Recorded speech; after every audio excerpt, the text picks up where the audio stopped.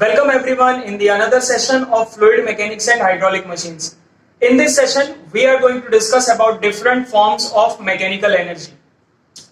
तो जो सबसे बेसिक और first form of mechanical energy है दैट इज पोटेंशियल एनर्जी.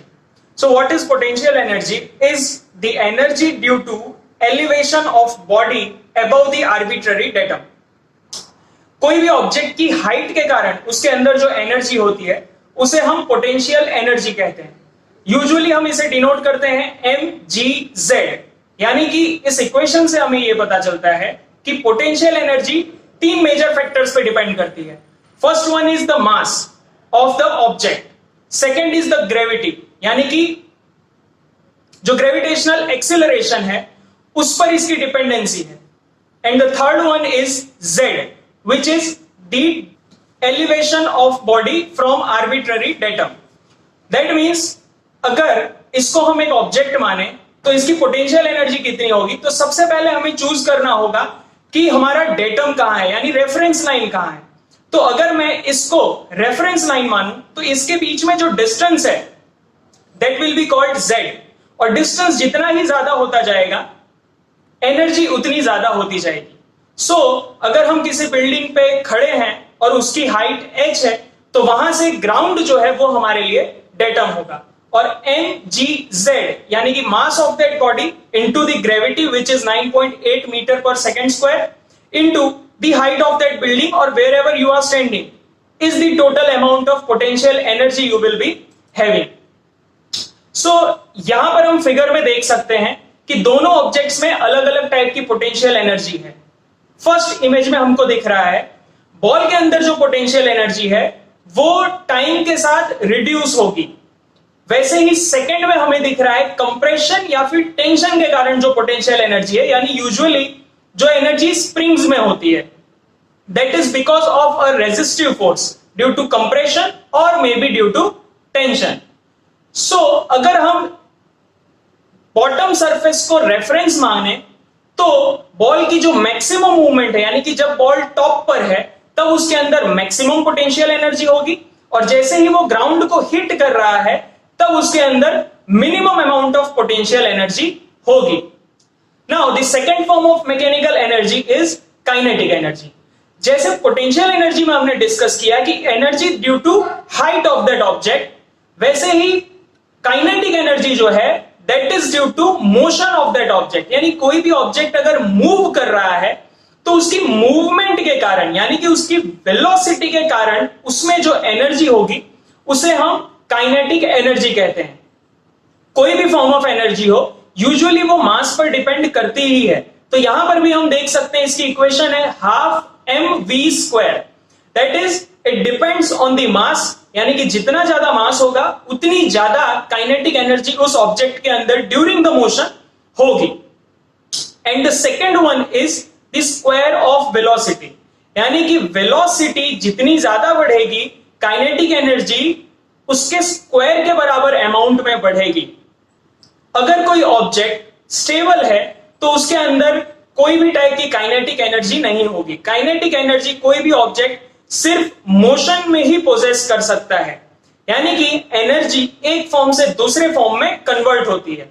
जैसा कि यहां पर हम देख सकते हैं कि एक ऑब्जेक्ट जो हाइट पर है उसके अंदर सबसे पहले तो पोटेंशियल एनर्जी बहुत हाई अमाउंट में होती है, और वो ऑब्जेक्ट जैसे ही ड्रैग करता है किसी स्लाइड पे तो उसकी काइनेटिक एनर्जी में इंक्रीमेंट आता है और पोटेंशियल एनर्जी जो है वो रिड्यूस होने लगती है.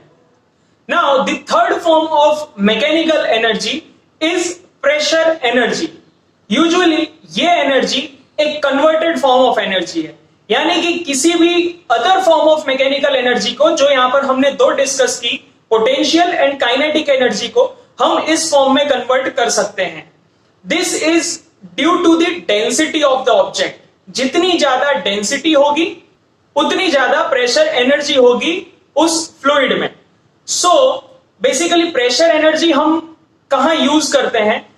सो यूजुअली डैम्स में जो वाटर होता है वो स्टोर्ड टाइम पे, स्टोरेज के टाइम पर उस पे हाई पोटेंशियल एनर्जी होती है, क्योंकि डैम की हाइट जितनी ज्यादा होगी उतनी ही ज्यादा उसमें पोटेंशियल एनर्जी स्टोर्ड होगी. बट इलेक्ट्रिसिटी प्रोड्यूस करने के लिए उसके बॉटम से हम वाटर का यूज करते हैं, जहां पर हम हाई प्रेशर वाटर को यूज करते हैं और उस एनर्जी को हम काइनेटिक एनर्जी में कन्वर्ट करते हैं ताकि टरबाइन को रोटेट कर पाए और फर्दर अल्टरनेटर में उस एनर्जी को हम ट्रांसफर कर देते हैं। सो इस इक्वेशन से हम समझ सकते हैं कि प्रेशर एनर्जी तीन चीजों पे डिपेंड करती है। The first one is density of that fluid. Density जितनी ज्यादा होगी, pressure energy at the bottom of the surface, यानी कि टॉप हाइट से जो बॉटम सरफेस है वहां पर प्रेशर एनर्जी हाईएस्ट होगी। Second one is the gravity, that is always constant for earth, which is 9.8 meter per second square. And the third factor is again the height, जो हमने potential energy में discuss किया था। यानी कि यहाँ पर पोटेंशियल और प्रेशर एनर्जी में एक माइनर डिफरेंस है, दैट पोटेंशियल एनर्जी सिर्फ मास पर डिपेंड करती थी, जबकि प्रेशर एनर्जी डेंसिटी पर डिपेंड करती है। उसका सबसे बेस्ट एग्जांपल हम यहाँ पर देख सकते हैं। डैम्स में जो वाटर स्टोर्ड होता है, जैसे ही उसे हम डैम से निकालते हैं, बहुत ही हाई प्रेशर और हाई वेलोसिटी के साथ वो रिलीज होता है। यानी कि जो स्टोर्ड पोटेंशियल एनर्जी है वो दो अलग फॉर्म्स में कन्वर्ट हो जाती है। तो फ्लूइड डायनामिक्स में हमने तीन एनर्जीज के बारे में डिस्कस किया, potential energy, kinetic energy and pressure energy. Usually हम डेटम जो है वो चेंज नहीं करते, यानी कि इनलेट और आउटलेट जोन्स का रेफरेंस जो है वो हम हमेशा कॉमन चूज करते हैं, जिसके कारण पोटेंशियल एनर्जी में बहुत ज्यादा चेंज नहीं आता। सो हम यूजुअली मैकेनिकल फॉर्म में दो एनर्जीज में एक फॉर्म से दूसरे फॉर्म में एनर्जी को कन्वर्ट करते हैं।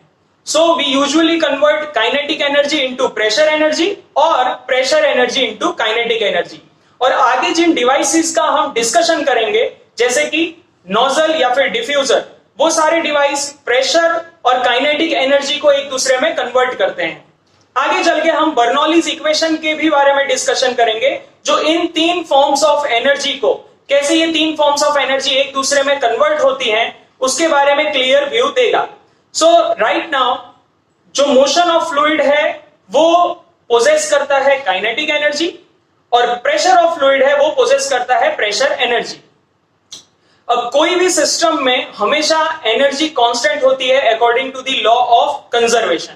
सो kinetic energy can be converted into pressure energy और pressure energy can be converted into kinetic energy, but energy का लॉस नहीं होगा। जैसा इस फिगर में हम देख सकते हैं कि स्टार्टिंग में जो फ्लूइड है उसके अंदर high amount of pressure energy होती है, और जैसे ही हम इसके एरिया को रिड्यूस करते हैं, जो कि हमने कॉन्टिन्यूटी इक्वेशन में पढ़ा है, तो रिडक्शन ऑफ एरिया के कारण वेलोसिटी इंक्रीज होती है। हमने कॉन्टिन्यूटी इक्वेशन में ये पढ़ा था। बट वेलोसिटी इंक्रीज होगी, इसका मतलब कि काइनेटिक एनर्जी भी इंक्रीज होगी, और उस एनर्जी को बढ़ाने के लिए किसी एक एनर्जी को रिड्यूस होना पड़ेगा। तो यहां पर प्रेशर एनर्जी के एक्सपेंस में काइनेटिक एनर्जी इंक्रीज होती है। सो इस तरह से एनर्जीज एक फॉर्म से दूसरे फॉर्म में कन्वर्ट होती हैं। अब इस इक्वेशन में हम देख सकते हैं, this is called Bernoulli's equation. It is sum of three forms of energy. The first one is pressure energy, which is written here as P by rho G, plus second form is kinetic energy, which is V square by 2G. Third one is potential energy, which is simply denoted as Z.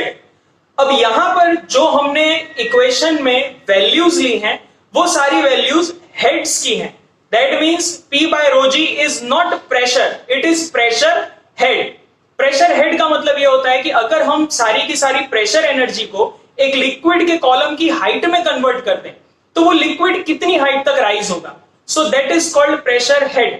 तो P by rho G is pressure head, V square by 2G is called kinetic head, यानी कि head due to kinetic energy, and third one is potential head, which is Z. That is simply the height of liquid from our reference line. तो according to Bernoulli's equation, ये तीनों energies हमेशा एक system के लिए constant होती है, यानी कि energy can only be converted into one form to another, but it cannot be destroyed or it cannot be created. Now here are some important questions from the above topic. You can try out these by clicking on the Google link given below in the description. Thank you for watching the video.